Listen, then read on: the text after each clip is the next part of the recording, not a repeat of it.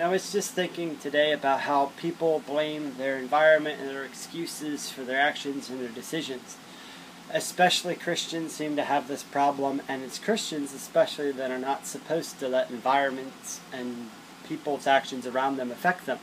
And I know I'm talking to myself when I say this one also, because I also have this problem and this issue of letting other people's actions, the mood of the day, other people's moods affect my mood and affect my actions. And I know this shouldn't be so, because the Bible says that we are more than conquerors through the one who strengthens us. That greater is he that is in us than he that is in the world, and that we are more than conquerors through the one who strengthens us.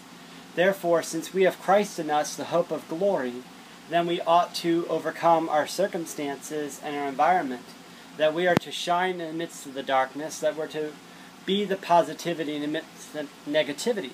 Now, I know this isn't easy to overcome, but nothing easy is ever really worthwhile. And everything that's worthwhile takes time and takes effort. So I wanted to challenge not only my fellow Christians, but humans everywhere, whether you're Christian or not, no matter what religion or non-religion you are. I speak first to Christians because I'm a Christian who wants to edify other Christians and lift other Christians up. But this message applies to all mankind as well, because you can't keep acting like a child and blaming your parents or your job or your co-workers or your family, your friends.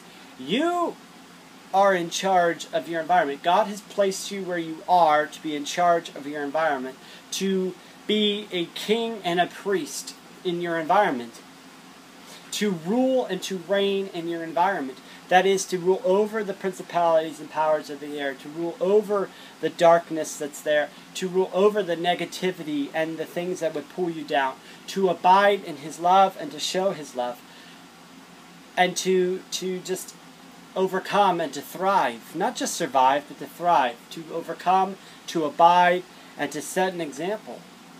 And I know it's hard when you have all this negative influence, but you have to remember, you're the master of your life. God has given you authority in your life. You're in charge of your actions. No one else can make you act a certain way or do a certain thing. You can't lose your temper and blame somebody else and say, well, if they wouldn't have disrespected me, if they hadn't treated me this way, or if they treat me this way, I wouldn't lose my temper. No, you are in charge of your temper. And I'm speaking big time to me in this one, because I used to be a real angry hothead. Still can be if I ain't careful. But I had to learn, the Holy Spirit taught me, and I had to learn that I am responsible for my own temper. You are responsible for your own temper. Whether it's your temper, jealousy, anger, whatever's there, you're in charge of your reactions. You're in charge of how you choose to act, how you choose to behave. No one can force you to do anything against your will. You know, Eleanor Roosevelt said, no one can make you feel inferior without your consent, but that applies to anything. Whatever words you put in there, no one can make you angry without your consent. No one can make you depressed without your consent. Nobody can make you feel crappy about yourself without your consent. Nobody can make you feel negative without your consent. No one can make you do anything without your consent. You're not a robot. People can't just go bloop, bloop, bloop, bloop, make you do whatever you want them to do.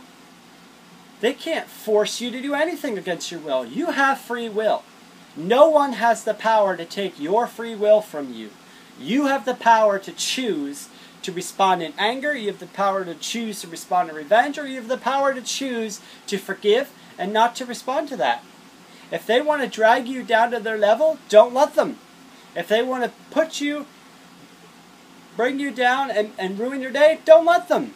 If they want you to bring you down into gossip, don't let them. If they want to bring you down to thinking the way they think, don't let them. It's like Samuel Clemens said, don't fight with a stupid person, because they'll drag you down a level and beat you with experience. Now, I'm not saying that people are stupid in general, although sometimes they might feel that way. It applies to anything, whether it's an angry person, whether it's a gossip, whether it's someone who wants to slander, whether it's someone who wants to steal, whether it's when somebody wants to steal your joy. Whatever the case may be, don't try to fight them. They'll only drag you down and beat you with experience and whatever they're good at. Lying, cheating, stealing, whatever it is. Be above reproach.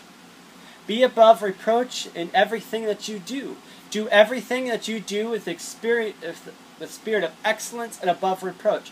Don't let them drag you down to their level.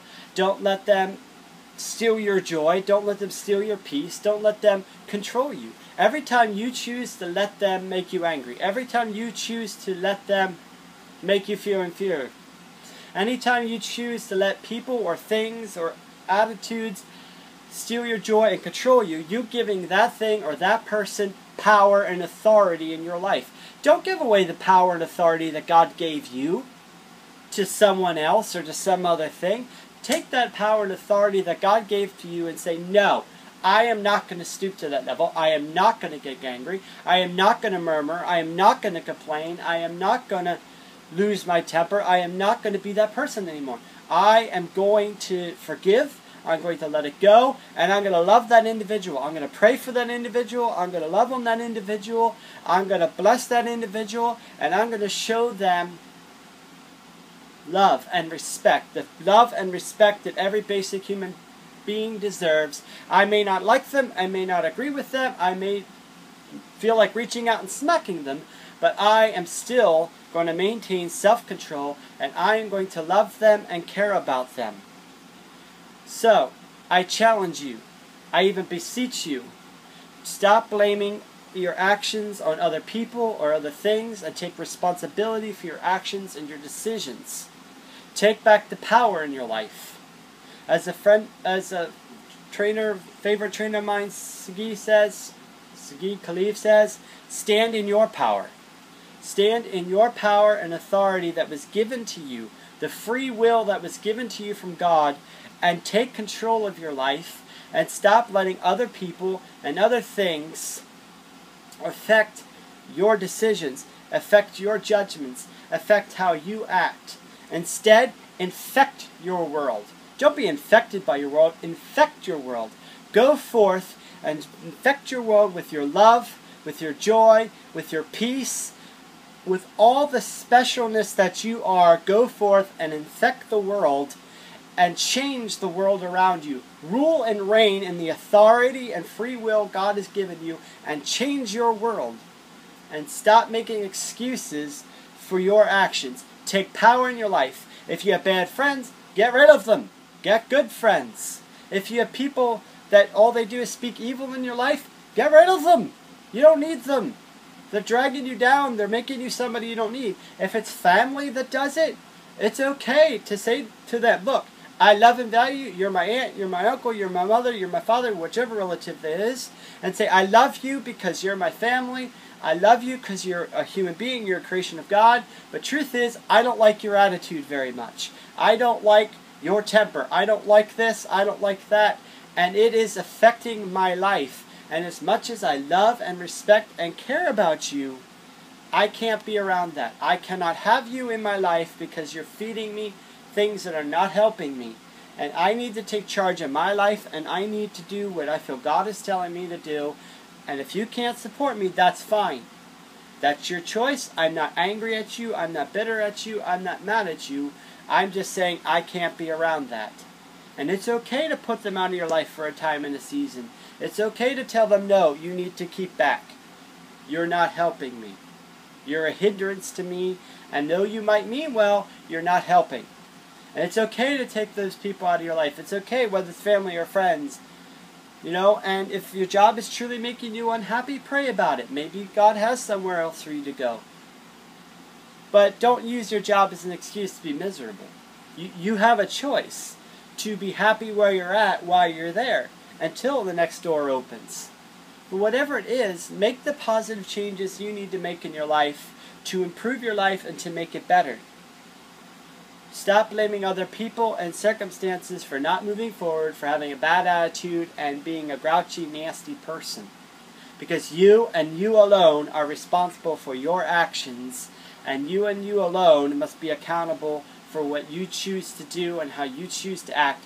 No one has the power to take away your free will and force you to do anything against your will. So stop giving your power to other people and take the power that God has given you, the authority God has given you, the free will God has given you, and make the decisions you need to be made. Go for your goals. Go for your dreams. Rule and reign. Be happy. Choose to be happy. choose to be wise, seek those things that are good. Because if you seek the things that are good, and you seek the things that you desire that are good and noble and excellent, then those are the things that are going to attract into your life. If you start being the change you want to see, be the change that you want to be. You want to be a happy person? Then be a happy person.